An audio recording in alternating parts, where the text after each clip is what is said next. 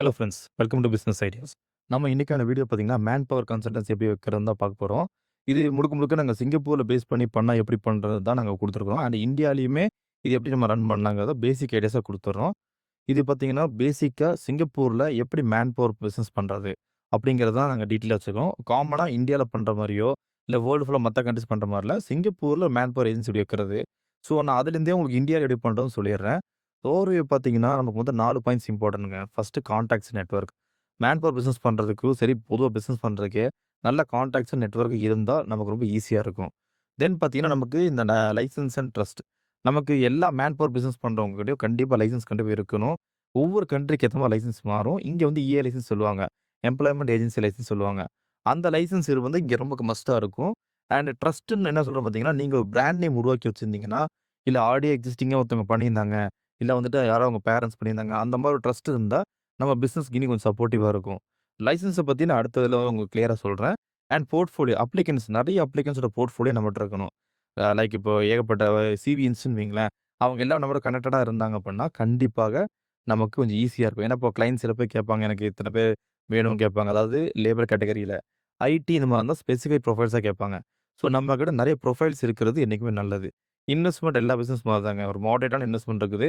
இதுல அதிகமா லைசென்ஸ் தான் செலவு அதிகமா ஜாஸ்தியாகும் ஒழிய, வேற பெரிய எக்ஸ்பென்ஸ்லாம் கிடையாது. ஸோ நான் பேசிக்கா இப்ப ஸ்டார்ட் பண்ணிர்றேன். இந்த பிசினஸோட மாடல் பார்த்தீங்கன்னா, ஃபர்ஸ்ட் திங் லோக்கல் ஸ்டாஃப் இப்போ நீங்க சிங்கப்பூர்ல பிசினஸ் செட் பண்ணியிருக்கீங்க. சரிங்களா? அது இந்தியாவும் நீங்க ஜஸ்ட் திங்க் பண்ணி பாருங்க. இந்தியால வச்சீங்கன்னா, லோக்கல்ல நமக்கு ஸ்டாஃப் எடுத்து குடுத்தா, அதுக்கு ஒரு பேமெண்ட் பண்ணுவாங்க. லைக் அவங்க சேலரில ஒரு மினிமம் அமௌண்ட்ட பே பண்ணுவாங்க. இல்லன்னா ஒரு அப்ளிகன்ட்க்கு இவ்வளோ அமௌண்ட் பே பண்ணுவாங்க. அப்புறம் பார்த்தீங்கன்னா, ஃபாரின் வொர்க்கர்ஸ். நம்ம சிங்கப்பூர்ல பண்ணா ஃபாரின் வொர்க்கர்ஸ் எடுக்க தான் மேக்ஸிமம் பார்ப்பாங்க. ஸோ சிங்கப்பூர் பொறுத்தவரைக்கும் ஃபாரின் வொர்க்கர்ஸ்ங்கும்போது நீங்க இந்தியா, பங்களாதேஷ், வியட்நாம் இங்க ஒவ்வொரு கண்ட்ரி நீங்க எடுத்துக்கலாம். இங்க சிங்கப்பூர் பொறுத்தவரைக்கும் கோட்டா பேஸ் பண்ணீங்க. எஸ்பாஸ், இபாஸ், பெர்மிட், என்டின்னு சொல்லுவாங்க. ஸோ கோட்டா பேஸ் பண்ணி தான் நம்ம எடுக்க முடியும். அண்ட் மலேசியன்ஸ்க்கு கம்ப்ளீட் டிஃபரண்டான ஒரு கோட்டா. அது ஒரு தனி டாபிக்கே அது மலேசியன்ஸோடது. ஸோ இது பேசிக்கா நான் இருக்கிறத மட்டும் உங்களுக்கு சொல்லிர்றேன். அண்ட் நீங்க டெம்பரரி ஸ்டாஃபிங்க டிபி விசான்னு சொல்லுவாங்க. அது எப்படின்னா, இப்போ ஒரு கம்பெனிக்கு ஒரு ஆள் எடுக்குறாங்கன்னு வைங்களேன், எடுத்தோனே ரெக்ரூட் பண்ணாம நான் ட்ரெய்னிங் விசா மாரி குடுத்து பார்க்குறேன். நல்லா வொர்க் பண்ணாங்கன்னா நான் பாஸ்போர்ட் வச்சுக்கன்னு சொல்லுவாங்க. அதான் டெம்பரரி விசா உங்களுக்கு. கன்ஸ்ட்ரக்ஷன்ஸ் லேபர் கடை இருக்கு பார்த்தீங்களா? இந்த கல்லு தூக்குறது இந்த மாரி பேசிக்கான ஒர்க்ஸ சொல்றேன். அந்த மாரி ஒர்க்ஸ் பண்றவங்க எல்லாமே கன்ஸ்ட்ரக்ஷன்ஸ்ல அதிகமா எடுப்பாங்க. கன்ஸ்ட்ரக்ஷன்ஸ் லேபர் கேட்டகரில நெறைய ஆளுங்க எடுப்பாங்க. அது 10 பேர் குடுங்க, 15 பேர் குடுங்கன்னு கேட்பாங்க. ஆனா டெக்கு, ஃபினான்ஸ் இதெல்லாம் பார்த்தீங்கன்னா, ஹெல்த் கேர்லாம் 2, 3, 4, 5 பேர் தான் எடுப்பாங்க. ஏன்னா, அங்க சேலரி அவங்கது மாறும். அண்ட் ஐடி ஸ்டாஃப் அதான் சொன்னேன் பார்த்தீங்களா, நமக்கு சிங்கப்பூர்ல பார்த்தீங்கன்னா ரொம்ப டிமாண்ட் பார்த்தீங்கன்னா டெக், ஃபினான்ஸ் இதெல்லாம் பார்த்தீங்கன்னா ரொம்ப high demand, health care demand. ஆனா, அதுல வந்து யாருமே ஃபோக்கஸ் பண்ணாத காரணம் என்ன, ரெக்ரூட்மென்ட் அதிகமா எடுக்கறதில்ல.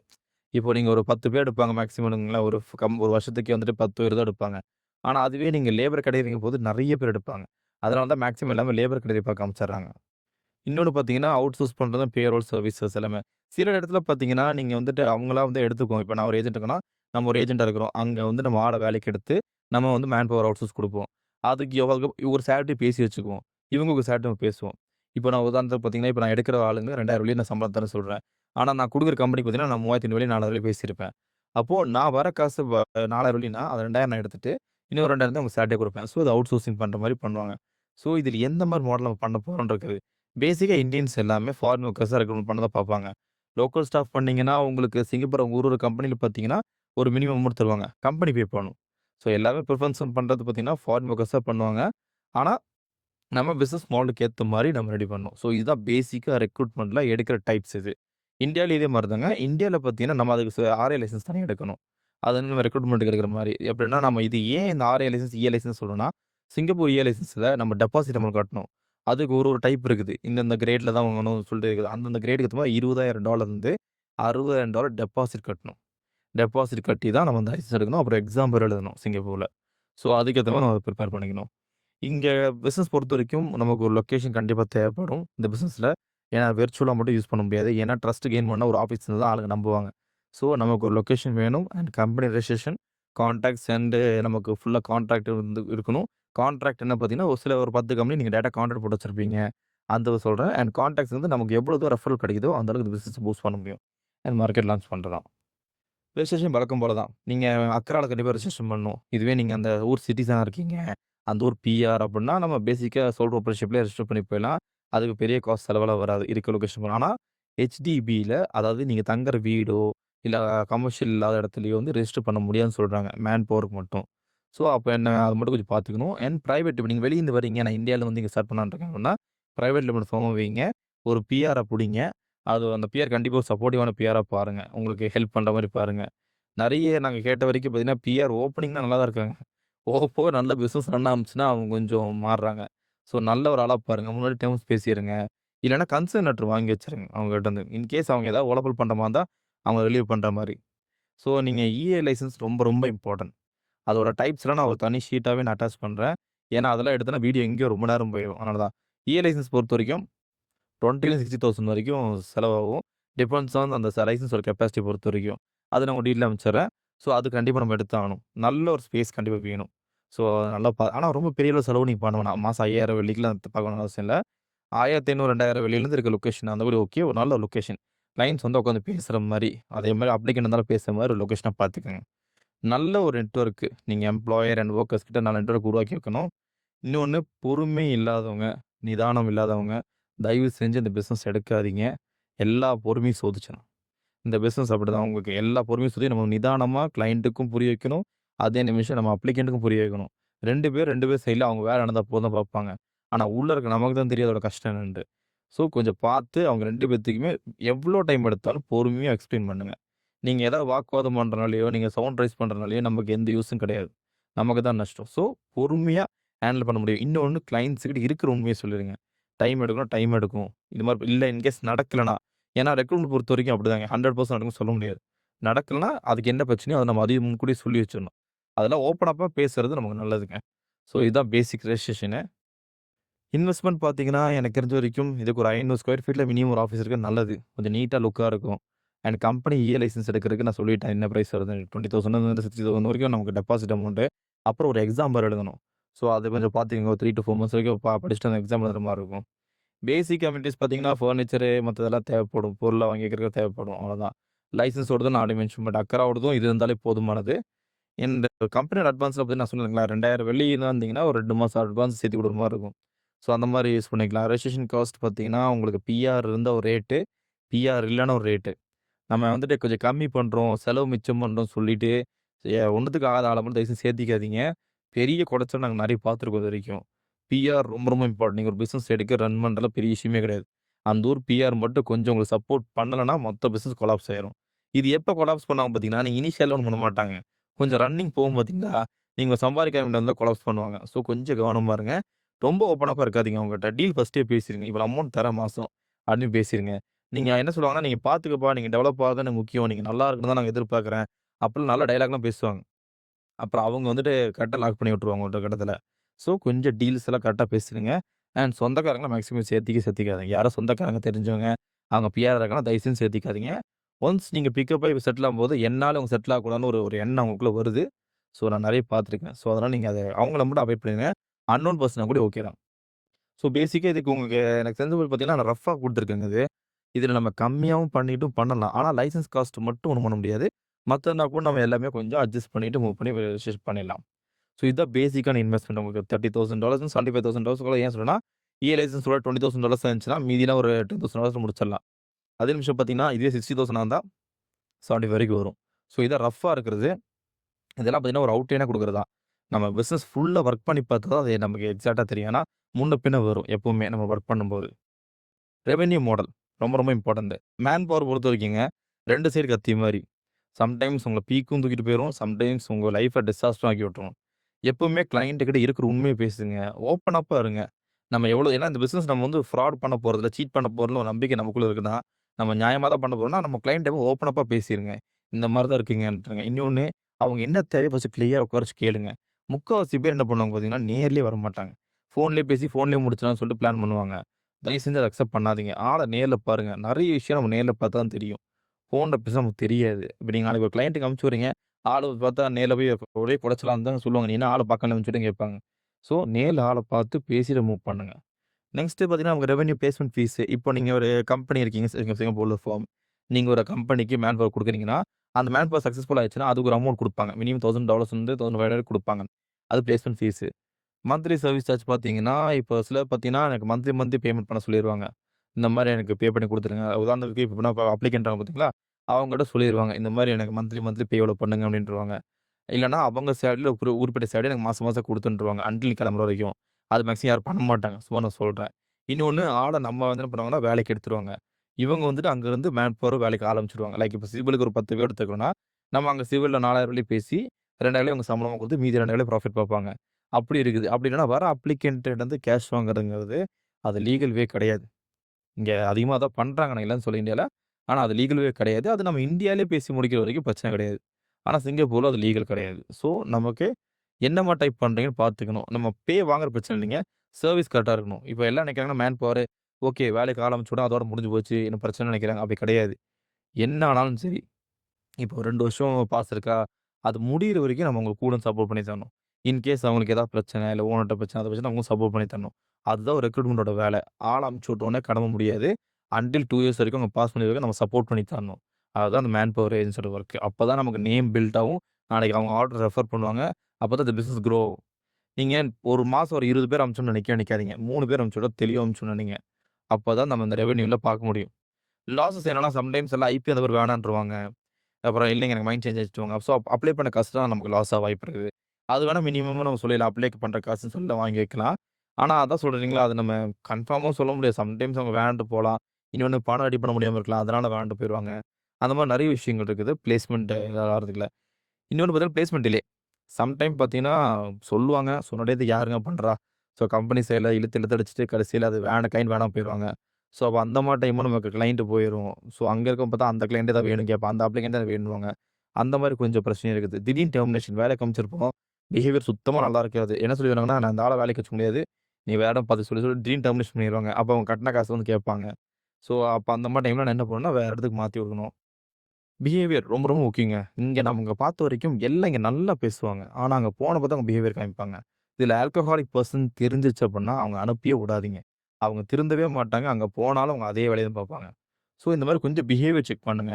ரெஃபரன்ஸ் அதிகமா எடுக்க பாருங்க. நீங்க ஆன்லைன்லேருந்து ஆட் போட்டு ஆள் எடுக்கிறீங்க அப்டின்னா, நேர்ல கூட்டிட்டு பேசுங்க. ஒரு ஒரு 1 ஹவர் பேசுனீங்கன்னா தான் அவங்கள பத்தி நமக்கு பிஹேவியர் தெரியும். கொஞ்சம் நல்லா தெரிஞ்ச ஆளுங்க மட்டும் அனுப்பிச்சு விடுங்க. டெக்கு, ஃபினான்ஷியல், ஹெல்த் கேர்லாம் சிவில்ல அதாவது மெயின் கான்ட்ராக்ட்ன்னு சொல்லுவாங்க. அவங்கலாம் அனுப்பிச்சு விட்டீங்கன்னா, வெரிஃபை பண்ணாத ஆள தயவு செஞ்சு அனுப்பி விடாதீங்க. பேர் கெட்டு போச்சுன்னா மறுபடியும் ஆர்டர் கிடைக்காது. தமிழ் கம்பெனிஸ்ல அனுப்பிச்சு விடுறீங்களா? அப்போ நல்ல ஆளா அனுப்பிச்சா தாங்க நமக்கு திருப்பி ஆர்டர் கிடைக்கும். ஒண்ணுத்துக்கு ஆகாத ஆளா அனுப்பிச்சா என்ன பண்றது? ஸோ கொஞ்சம் அத மட்டும் பார்த்து வச்சுக்கணும் நம்ம. சரிங்களா? போத் சைட் நீங்க கிளையன்ட்டா இருந்தாலும் சரி, நீங்க அப்ளிகன்ட்டா சரி 2 பேத்தையும் நம்ம பார்த்து கரெக்ட்டா பேலன்ஸ் பண்ணி கொண்டு போனா தான் இந்த இந்த பிசினஸ பண்ண முடியும். இஃப் நாட் பண்ண முடியாது. இன்னொன்னு டாக்குமெண்ட்ஸ் செக் ரொம்ப பண்ணிக்கங்க. நெறைய ஃபேக் சர்டிஃபிகேட்ஸ் வரும். பார்க்கறக்கு அப்படியே ஒரிஜினல் மாரி தான் இருக்கும். நம்ம ஒவ்வொரு டைம் ஒரு காலேஜ் குடுத்து செக் பண்ண முடியாது. ஆர்எம்ஐன்னு ஒண்ணு இருக்குது. ஸோ ஆர்எம்ஐ வந்துட்டு யாராவது வாங்கி வச்சுட்டாங்கன்னா, அத வச்சு நம்ம ஈஸியா செக் பண்ணிக்கலாம். ஆர்எம்ஐல டூப்ளிகேட் இருக்குது. நீங்க செக் பண்ணி வெரிஃபை பண்ணிக்கணும். எல்லா டாக்குமெண்ட்ஸையும் வெரிஃபை பண்ணிட்டு கிளையன்ட்ட குடுங்க. இஃப் நாட் இன்னொன்னு பிரசன்டேஷன் குடுக்குற ரெஸ்யூம்லருந்து எல்லாமே இன்டர்நேஷனல் ஸ்டாண்டர்ட்ல குடுக்கணும். அதை கிளையன்ட்டுக்கு பண்ண தெரியணும்னா, அத பண்ணி குடுக்குறது நம்ம வேல. ஆஸ் அ ரெக்ரூட்டர் நம்ம வேல. இன்டர்நேஷனல் ஸ்டாண்டர்ட்ல ரெஸ்யூம், போர்ட்ஃபோலியோ எல்லாம் ரெடி பண்ணி பக்காவா குடுத்தா தான் கிளையன்ட் ரெஸ்பாண்டாச்சும் பண்ணுவானுங்க. ஸோ இதெல்லாம் ரொம்ப ரொம்ப இம்பார்ட்டன்டான விஷயம். நெறைய கீவேர்ட்ஸ் நான் இடையில சொல்லிட்டு இருக்கிறேன் நானு. ஏன்னா, அது ஒரே இதா சொன்னா நமக்கு போர் அடிச்சுரும். அதனால தான். நெக்ஸ்ட் பார்த்தீங்கன்னா, பேப்பர் ஒர்க்ஸ்ல பார்த்தீங்கன்னா, நெறைய வந்துட்டு நீங்க பார்த்து பண்ணணும். ரொம்ப ரொம்ப இதா நெனச்சுக்காதீங்க. ஏன் சொல்றேன்னா, பேப்பர் ஒர்க்ஸ் வந்துட்டு பார்த்தீங்கன்னா, இவங்க ஃபர்ஸ்ட்டே வந்துட்டு எல்லாமே என்னென்ன டெர்ம்ஸ் பேசுறோம், எல்லாத்தையும் ரிட்டனா வாங்கி சைன் வாங்கிருங்க. ஆர் எல்ஸ் ஐபி அந்த பேர சொல்லி காமிச்சுருங்க. இதுதான் உங்ககிட்ட பேசியிருக்கிறேன். நீங்க ஓகேன்னு சொல்லி தானே சைன் பண்ணி முன்கூட்டி வாங்கி அனுப்பிச்சு விடுங்க. அதே அவங்களோட கன்சர்ன் அவங்களே படிக்க வச்சுட்டு கன்சர்ன் பண்ணி சைன் வாங்குங்க. இல்லன்னா நாளைக்கு அது ப்ராப்ளம் வரும். ஸோ ரெவென்யூ பொறுத்தவரைக்கும் நல்ல ரெவென்யூ இருக்க பிசினஸ்ங்க. அதாவது நல்ல ரெவென்யூ இருக்க பிசினஸ். ஆனா நம்ம இதில இன்வெஸ்ட் பண்ற என்ன தெரியுமா? நம்மோட மைண்டு, நம்மோட எப்படி சொல்றது? எப்படி சொல்றது? உங்களுக்கு மென்டலி டிஸ்டர்ப் ஆகக்கூடிய விஷயம் தான் இருக்கு நெறைய இதுல. ஸோ நம்ம மைண்ட் தான் நம்ம இன்வெஸ்ட்மென்ட்டா பண்றோம். பணத்த விட. ஸோ ரொம்ப ரொம்ப காம் டவுனா இருந்து நம்ம ஹேண்டில் பண்ண இந்த விஷயத்த. நெக்ஸ்ட் பார்த்தீங்கன்னா, கிளையன்ட்ஸ் பார்ட். இப்போ கிளையன்ட்ஸ் எப்படி எடுக்கிறது? இதுல அதுதான் மேஜர் டாஸ்க்கே. இப்போ நீங்க இந்தியால இருக்கீங்கன்னு வைங்களேன். இந்தியால இருக்கீங்கன்னா, இப்போ ஒரு பிசினஸ் பண்ணணும் மேன் பண்ணா, சிங்கப்பூர் ஏஜென்சி சின்ன சின்ன ஏஜென்சி, பெரிய ஏஜென்சில அப்ரோச் பண்ணி பாருங்க. அவங்க சைட்ல நமக்கு ஏதாவது ஒண்ணு ஓகே ஆகலாம். கொஞ்சம் டஃப் தான். ஆனா ட்ரை பண்ணி பார்க்கலாம். இன்னொன்னு ரெஃபரன்ஸ். எப்பயா ரெஃபரன்ஸ் எடுக்க பாருங்க. ரெஃபரன்ஸ் ஒரு ரெஃபரன்ஸ் இல்ல யாராவது லிங்க்டின் வழியா லிங்க்டின்லாம் பழசாயிருச்சு. ஆனாலும் சொல்றேன். அப்புறம் ஆன்லைன் மார்க்கெட்டிங் வழியாவும் நம்ம கிளையன்ட்ஸ் எடுக்கலாம். முக்கியமான விஷயம் பார்த்தீங்கன்னா, இப்ப சிங்கப்பூர்ல தான் நம்ம கம்யூனிகேஷன் பத்தி சொல்லியிருக்கிறோம்.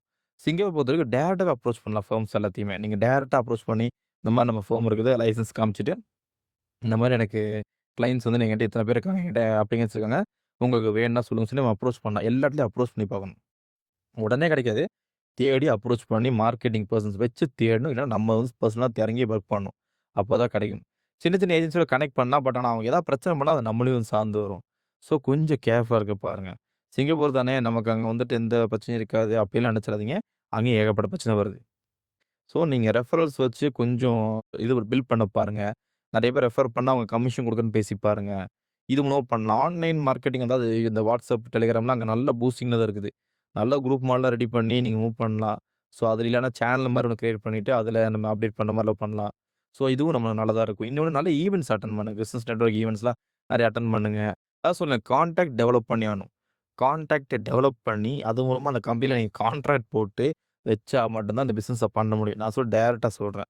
இல்ல நான் வந்துட்டு வந்துட்டு இந்தியால இருக்கிறேன். எனக்கு பிசினஸ் பண்ணா அப்ப நல்ல ஏஜென்ட்ஸா பாருங்க. பார்த்து மூவ் பண்ணுங்க. ஒரு நல்ல ஒரு பாண்டிங் அவங்ககிட்ட கொண்டு வாங்க. எடுத்தோனே ஆர்டர்ஸ் மூவ் பண்ணாதீங்க. ஃபர்ஸ்ட் அவங்க எப்படி இருக்காங்க? எப்படி அப்ரோச் பண்றாங்க? பேசுறாங்க எல்லாம் பாருங்க. பார்த்துட்டு ஐடியாக்கு வாங்க. இதுல பணம் நெறைய இடத்துல சம்மந்தப்பட்டு இருக்குது. நம்பிக்கை அடிப்படையிலும் பண்ணுவாங்க. ஆனா என்னன்னா, நம்ம கொஞ்சம் கவனமா இருந்தா தான் இத பண்ண முடியும். இஃப் நாட் பெரிய சிக்கல்ல மாட்ற மாரி ஆயிரும். எப்பவுமே இந்த அப்ளிகன்ட்ஸ் அண்ட் கிளையன்ட்ஸ் ஈக்குவலா பேலன்ஸ் பண்ணுங்க. அப்ளிகன்ட்ஸ் தானேன்னு விட்டுறாதீங்க. கிளையன்ட்ஸ் தானேன்னு விட்டுறாதீங்க. இவங்க வேற ஆளுன்னு பார்த்துலாம்னு வச்சுக்காதீங்க. எவ்ரி கிளையன்ட்ஸ் நமக்கு இம்பார்ட்டன்ட். ஸோ, கிளையன்ட்ஸ் பொறுத்தவரைக்கும் நான் உங்க ஈஸிக்கு பாயிண்ட்ஸ சொல்லிக்கிறேன். மேக்ஸிமம் வந்துட்டு இந்தியால இருக்கவங்க இங்க சிங்கப்பூர் ஏஜென்ட்ஸ அப்ரோச் பண்ணி ட்ரை பண்ண பாருங்க. இல்லாத பட்சம் ரெஃபரன்ஸ்ல எடுக்க பாருங்க. இது 2 தான் ஆப்ஷன்ஸ்.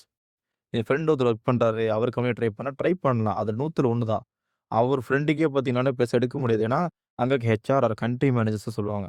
அவங்க கொஞ்சம் பவர்ஃபுல்லா இருப்பாங்க. ஸோ, அவங்க ரெஃபரன்ஸு அப்படிலாம் போம்போது, அவங்களுக்கு தெரிஞ்ச ஏஜென்சில குடுத்துருவாங்க.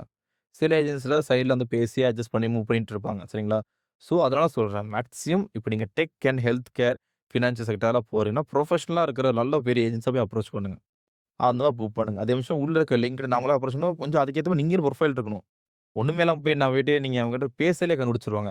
இப்போ நீங்க சாதா லேபர்ல போய் எடுக்குறீங்க பேசுறீங்கன்னு வைங்களேன், அவங்க பேசலே கண்டுபிடிச்சுருவாங்க. ஓகே இவங்க லோ லேபர் தான் பண்றாங்கன்னு தெரியும். ப்ரொஃபஷனலான இடத்துல போய் அவங்க கேட்பாங்க, நீங்க ஐடிக்கு எடுக்குறீங்கன்னா, ஐடி பத்தி உங்களுக்கு என்ன தெரியும்னு கேட்பாங்க. ஸோ, அத பத்தி நாலேட்ஜ் நமக்கு இல்லனாலும் கெயின் பண்ணிட்டு தான் போணும். சும்மா நம்ம எடுத்து கொண்டு போய் கேட்க முடியாது. ஸோ, அதெல்லாம் கொஞ்சம் பார்த்துக்கணும். இதுதான் கிளையண்ட்ஸ பொறுத்தவரைக்கும் எடுக்கிறது. இது இன்னியாச்சும் சொல்லப்போனா ஒரு வீடியோவே போடலாம். டீட்டெயிலா. ஒவ்வொரு கான்செப்ட்டும் டீட்டெயிலா வீடியோ போடலாங்க. போட்டோம்னா அந்த வீடியோ கிட்டத்தட்ட 6, 7 மணி நேரத்துக்கு போயிரும். ஸோ, அது பொறுமையா எடுக்கிற அளவுக்கு நமக்கு பொறுமை இல்ல. அதே விஷயம் கேட்கிற கிளையண்ட்ஸுக்கு பொறுமை இருக்காது. ஏன்னா எல்லாருமே மேக்ஸிமம் 10 நிமிஷம் மேல பார்க்க மாட்டேங்கிறாங்க. ஸோ, அதனால தான் மேக்ஸிமம் எவ்வளோ கட் ஷேர் பண்ண முடியுமோ கட் ஷேர் பண்ணி தான் நான் சொல்லிட்டு இருக்கிறேன். உங்களுக்கு டீட்டெயிலா வேணும்னா நீங்க எனக்கு நோட்டிஃபிகேஷன் குடுங்க. கண்டிப்பா நம்ம பேசுவோம். கன்க்ளூஷன். இப்போ இந்த பிசினஸ் பொறுத்தவரைக்கும் சிங்கப்பூர் வந்துட்டு ஒரு ஸ்ட்ராட்டஜிக்கான பாயிண்ட். சரிங்களா? வேர்ல்ட்ல வச்சுட்டு ஸ்ட்ராட்டஜிக்கான பாயிண்ட். அங்க பார்த்தீங்கன்னா எல்லாமே இம்போர்ட் தான். இம்போர்ட் மட்டும் தான் பண்ணிட்டு இருப்பாங்க எல்லா இடத்துலயும். ஸோ, அந்த இடத்த பொறுத்தவரைக்கும் ஒரு மேன் பவர் சப்ளை குடுக்கணும்னா, அந்த இடத்துல ஆள் இல்லாதனால தான் வெளியூர்ல எடுக்குறாங்க. இப்போ சிங்கப்பூர்ல என்ன ரூல்ஸ் சொல்லியிருக்காங்கன்னா, இங்க ஃபர்ஸ்ட் மேன் பவர் தேடி பாரு. இங்க கிடைக்கலனா மட்டும் வெளியூர்ல தேடுன்னுவாங்க. ஸோ, அதான் ஃபர்ஸ்ட் கான்செப்ட். அங்க தான் கோட்டா வருது. சிங்கப்பூர் பொறுத்தவரைக்கும் 10 சிங்கப்பூர்காரன வேலைக்கு வச்சா, ஒரு எஸ்பாஸ். அப்புறம் நமக்கு பெர்மிட் 5. ஸோ, இதுதான் கணக்கு. ஸோ, அத தான் பைபாஸ் பண்ணி ஏஜென்ட்ஸ் எல்லாம் புடிக்க பார்க்குறாங்க. இதுல சைனீஸ் வரலாம், வியட்நாம் வரலாம், பிலிப்பினோ வரலாம், யார் வேணா உள்ள வரலாம். மலேசியன்ஸ் கான்செப்ட் வேற. ஸோ, அப்ப இந்த மாரி இடத்த தான் ஃபைட் பண்ணி நம்ம ஜெயிக்கிறோம். ஸோ, நீங்க சிங்கப்பூர்ல ஃபார்ம் வச்சீங்கன்னா, நல்ல கான்டாக்ட்ஸ் டெவலப் பண்ற மட்டும் வேலைய பாருங்க. இப்ப என்னோட பெர்சனலா என்ன சொல்லணும்னா, நீங்க லேபர் கேட்டகரில நெறைய பிரஷர் இருக்குது. ஆள பார்க்கணும், நீங்க கிளையன்ட்ட வெரிஃபை பண்ணணும். நீங்க அவங்க கேட்கறாங்க வேலைக்குன்னு டக்குனு எடுத்து குடுத்துறக்கூடாது. கிளையன்ட்ட வெரிஃபை பண்ணணும். இவங்க பிஹேவியர் எப்படி? முன்னாடி ஆள் குடுத்தவங்கலாம் இவங்க எந்தெந்த பிரச்சனை பண்ணியிருக்காங்களா? சில இடத்துல சம்பளம் குடுக்க மாட்டாங்க. நெறைய சின்ன சின்ன கம்பெனிஸ்ல சம்பளம் குடுக்க மாட்டாங்க. அந்த ஒரு பிரச்சனை வேற இருக்குது. அதெல்லாம் பார்க்கணும். ஸோ, இவங்கலாம் பெர்ஃபெக்ட்டா குடுப்பாங்க. நீங்க எம்என்சி ஃபார்ம் பண்றீங்க, மெயின் கான்ட்ராக்டர் பண்றீங்க. ஓரளவுக்கு ஒரு நல்ல பேர் இருக்க ஃபார்ம் பண்ணீங்கன்னா பிரச்சனையே இல்ல. சின்ன சின்ன ஃபார்ம்ஸ்லனா நெறைய சிக்கல் இருக்கு. கொஞ்சம் பார்த்துக்கங்க. ஒரு ஆர்டர் கிடைச்சுக்கன்னு விழுந்துறாதீங்க. அதுல பிரச்சனையும் இருக்குது. கவர்ன்மெண்ட் நல்ல சப்போர்ட்டுங்க. இந்த ஊர் கவர்ன்மெண்ட் அதாவது நல்லா சப்போர்ட் பண்ணுவாங்க. ஹெல்ப்ஃபுல்லா தான் இருக்கிறாங்க அவங்க. ஆனா நம்ம அந்த அளவுக்கு புரொடக்ஷன் எடுத்துக்கிறவங்க கேட்டா ரொம்ப கம்மி. அதுதான் மேக்ஸிமம் வந்துட்டு எல்லாமே சைட் ஷார்ட்கட்ஸ் தான் நம்ம ஆளுங்க எல்லாம் பண்றாங்க. அத பண்ணாம ப்ராப்பரா பண்ணா பெஸ்ட்டு. ஆனா பெருசா ஏர்னிங்ஸ் இருக்காது. அதனால நம்ம ஆளுங்க சைட் ஷார்ட்கட்ல எடுக்குறாங்க. காம்படிஷன் ஹெவி தான். செம்ம காம்படிஷன் இருக்குது. இல்லன்னு சொல்லல. ஆனா நம்ம பெர்ஃபெக்ட்டா பண்ணா நமக்கு ஒரு பிராண்ட் நேமா கிரியேட் பண்ணலாம். அங்க கொஞ்சம் லேக் இருக்குது. இந்த மேன் பவர்ல கொஞ்சம் லேக் இருக்குது. ஏன்னா யாரும் கொஞ்சம் ப்ராப்பரா போ மாட்டேங்கிறாங்க. இன்னொன்னு பேசுறதுக்கு யாருமே தயாரா இல்லைங்க. இப்போ கிளையண்ட் கிட்ட பேசுறதுக்கு நிதானமா உட்காந்து பேச தயாரா இல்ல. வந்தாச்சா 2 நிமிஷம் தான். இதான் வேலை இருக்குது. எடுத்தோனே எடுத்துக்கங்க. இல்ல இது டக்கு டக்குன்னு முடிக்கிறாங்க. அப்படி பேசக்கூடாது. அந்த கிளையன்ட்க்கு ஃபர்ஸ்ட் புரிய வைக்கணும். அவங்களுக்கு என்ன தேவைன்னு நம்ம தெரிஞ்சு தான் மூவ் பண்ணணும். ஸோ ஃபர்ஸ்ட் ஆஃப் ஆல் கிளையன்ட்டோட நீடுக்கு ஏத்த மாரி ஒர்க் பண்ணுங்க. உங்ககிட்ட இருக்க ஆர்டர தள்ளி ஒண்ணும் பார்க்காதீங்க. அதிலேயே கிளையன்ட்க்கு நல்ல ஒரு இது கிடைக்கும். ஹோப் கிடைக்கும் நம்ம மேல. ஆன்லைன் ரெஃபரன்ஸ் வச்சு நீங்க ஆர்டர்ஸ் எடுக்கலாம். நெறைய பேத்த புடிக்கலாம். ஆனா அப்படி எடுக்கிற அப்ளிகன்ட்ஸ கொஞ்சம் வெரிஃபை பண்ணுங்க. அவங்க டாக்குமெண்ட்ஸ் ஒரிஜினலா நமக்கு தெரியாது. அத செக் பண்றதுக்கு ஒரே வழி ஆர்எம்ஐ தான். ஆர்எம்ஐ போட்டு நம்ம டாக்குமெண்ட்ஸ செக் பண்ண முடியுதான்னு பார்க்க சொல்லுங்க. ஸோ நமக்கு அது ஒரு ஐடியா கிடைக்கும். ஸோ நெக்ஸ்ட்டு பார்த்தீங்கன்னா, ப்ராப்பர் மார்க்கெட்டிங். இதுக்கு ஆட் என்ன போட்டு ப்ராப்பர் மார்க்கெட்டிங் பண்ணுங்க இல்லன்னு சொல்ல மாட்டேன். ரெஃபரன்ஸ் வந்து என்ன பொறுத்தவரைக்கும் நல்ல ப்ரிஃபரன்ஸுங்க. நாளைக்கு ஒரு பிரச்சனை அவன் டக்குனு புடிச்சிடலாம். இப்ப இவங்கள ஏன் சிங்கப்பூர் இருக்கவங்கள ஏன் நம்மகிட்ட எடுக்குறாங்கன்னா, நமக்கு இப்போ ஓகே. நாளைக்கு ஒரு பிரச்சனை இவங்ககிட்ட நம்ம கேட்கலாம்க்காக தான் தைரியமா இருக்காங்க. அவங்க ஏஜென்சிட்டே வராங்க. நாளைக்கு உங்களால அவங்க பிடிக்க முடியலன்னு வைங்க, அது ஒரு கொஸ்டின் மார்க் வரும். ரெஃபரன்ஸ் மேக்ஸிமம் நான் ப்ரிஃபர் பண்ணுவேன். ஸோ இதுதான் எனக்கு தெரிஞ்சு பேசிக்கா ரொம்ப பேசிக்ங்க இந்த வீடியோ. இத நான் எவ்வளோ கட் ஷார்ட் பண்ண ட்ரை பண்ணேன்னு எனக்கு மட்டும் தான் தெரியும். நான் அவ்ளோ பேசிக்கா நான் கட் ஷார்ட் பண்ணி சொல்லியிருக்கிறேன். இது பெரிய ஒரு கடல் மாரி ஒரு கான்செப்ட். ஏன்னா, இதில ஒவ்வொரு லைசென்ஸுக்கு ஒவ்வொரு டைப்ஸ் இருக்குது. அதுக்கப்புறம் பார்த்தீங்கன்னா, நமக்கு எடுக்கிற மேன் பவர்ல டெக்கு, லேபர் கேட்டகரி அது பிரியும். என்னென்ன பிரச்சனைகள் சந்திக்கிறாங்க. ஏகப்பட்ட பிரச்சனைகள் இருக்கு இதுல. சம்பாரிக்கிற எவ்வளோ தூரம் நமக்கு சம்பாரிக்கிறோமோ, அந்த அளவுக்கு அது பிரச்சனைகள் இருக்கும். கரெக்ட்டா ஹேண்டில் பண்ணா பெஸ்ட்டா இருக்கும். இன்னொன்னு இது வந்து ஒரு பொருளோ, ஒரு விஷயத்தையோ நம்ம பிசினஸ் பண்ணல. இது ஒரு மனுஷன் உயிரும் சம்மந்தப்பட்டது. இப்போ நெனச்சு பாருங்க, நீங்க ஒரு வேலைக்கு போறீங்க. ஒரு ஏஜென்ட் நம்பி போறீங்க. நாளைக்கு ஒரு பிரச்சனைனா, அது ஒரு மனுஷன் தான் பாதிக்கப்படுறான். ஸோ நம்ம ரொம்ப கேர்ஃபுல்லா இருக்கணும். பேக் அண்ட் சப்போர்ட் குடுக்கணும். அப்பதான் நமக்கு ஒரு பிராண்ட் நேம் உருவாகும். நான் ஒன் டைம் பிசினஸ் பண்ண போனா அது வேற. ஒரு பிராண்ட் நேம் உருவாகணும்னா, நம்ம அந்த அளவுக்கு பேக் அண்ட் சப்போர்ட் குடுத்தா தான் ஒரு பிராண்டா உருவாகும். இப்ப நீங்க பார்க்குற எல்லா கிளாத்திங்லேருந்து எல்லா பிராண்டும் உருவானது எப்படின்னா, ஒரு பேக் அண்ட் சப்போர்ட் அவங்க குடுத்தது தான். நல்ல குவாலிட்டியா குடுத்தாங்க. ஏதாவது பிரச்சனை ரீப்ளேஸ் பண்ணி தந்தாங்க. இதெல்லாம் பண்ணா தான் உங்க பிராண்டா உருவாகலாம். அது மாரி நீங்க பிராண்டா உருவாகணும்னா, என்ன பண்ணணும்? ஏன்னா இந்த பிசினஸ்ல வந்து நீங்க பிராண்ட் ஆயிட்டீங்க அப்படின்னா, வேர்ல்ட்ல இருக்க மத்த கண்ட்ரீஸ்ல நீங்க ட்ரை பண்ண பண்ணி கொடுக்க ஆரம்பிச்சீங்களேன், ஒரு பெரிய பொட்டன்ஷியல் இது. இதுவும் சர்விஸ் ஓரியன்ட் பிசினஸ் சொல்லுவாங்க. ஸோ நமக்கு அதிகப்படியா நம்ம குடுக்குற அந்த அட்டென்ஷன் தான் முக்கியம். சரிங்களா? ரொம்ப பேசிக்கான வீடியோ தாங்க இது, நம்மள பொறுத்தவரைக்கும். ஏன்னா, இது எனக்கு தெரிஞ்ச வரைக்கும் இது எடுக்க ஆரம்பிச்சா ஒரு 3 ஹவர்ஸா மினிமம் எடுக்கலாம். ஆனா, இது பார்ப்போம் எந்த அளவுக்கு ரீச் இருக்கு பார்ப்போம். ஏன்னா, ஒவ்வொரு வீடியோ சில வீடியோஸ் நல்லா ரீச் இருக்குது. ரீச் இருக்க வீடியோ உங்களுக்கு ஏதாவது டீட்டெயிலா தெரியணும். இல்ல இந்த பிசினஸ் நான் வைக்க போறேன் அப்படின்னா, கண்டிப்பா எங்கள கான்டாக்ட் பண்ணுங்க. இத பத்தி நாங்க எலாபரேட்டா சொல்லுவோம். ஸோ, நீங்க பார்த்துக்கலாம். சரிங்களா? எனக்கு தெரிஞ்சு இந்த வீடியோல எனக்கு தெரிஞ்ச மேக்ஸிமம் சொல்லியிருக்கேங்க. இன்னியும் டெப்த்தா உங்களுக்கு தெரியணும், கான்செப்ட் தெரியணும். இது எப்படி மூவ்மெண்ட் பண்ணதுங்கன்னா, கண்டிப்பா நம்பர கான்டாக்ட் பண்ணுங்க. நம்பர் கீழ இருக்கும். கண்டிப்பா கான்டாக்ட் பண்ணுங்க. இப்ப கூட நீங்க மெசேஜ் போடுங்க WhatsAppல. நம்ம கான்டாக்ட் பண்றோம். நெக்ஸ்ட் வீடியோ கண்டிப்பா பார்க்குறேன். ஏன்னா இந்த வீடியோ கண்டிப்பா உங்களுக்கு யூஸ்ஃபுல்லா இருக்கும்னு நம்புறேன். நெக்ஸ்ட் வீடியோ பார்த்தீங்கன்னா, ஒவ்வொரு வீடியோவுமே நாங்க ஒவ்வொரு கான்செப்ட் படி தான் எடுக்கிறோம். ஒரு ஒரு டிபார்ட்மெண்ட்ட வச்சு எடுத்து ரிசர்ச் பண்ணி, ஒருத்தருக்கு பிசினஸ் செட் பண்ணி குடுத்து தான் அந்த வீடியோ நாங்க மேக்ஸிமம் போடுறோம். ஸோ அதனால எல்லாமே மேக்ஸிமம் யூஸ்ஃபுல்லா இருக்கும்னு நம்புறேன். ஏதாவது உங்க டீட்டெயில்ஸ் வேணா கண்டிப்பா கான்டாக்ட் பண்ணுங்க. Thank you.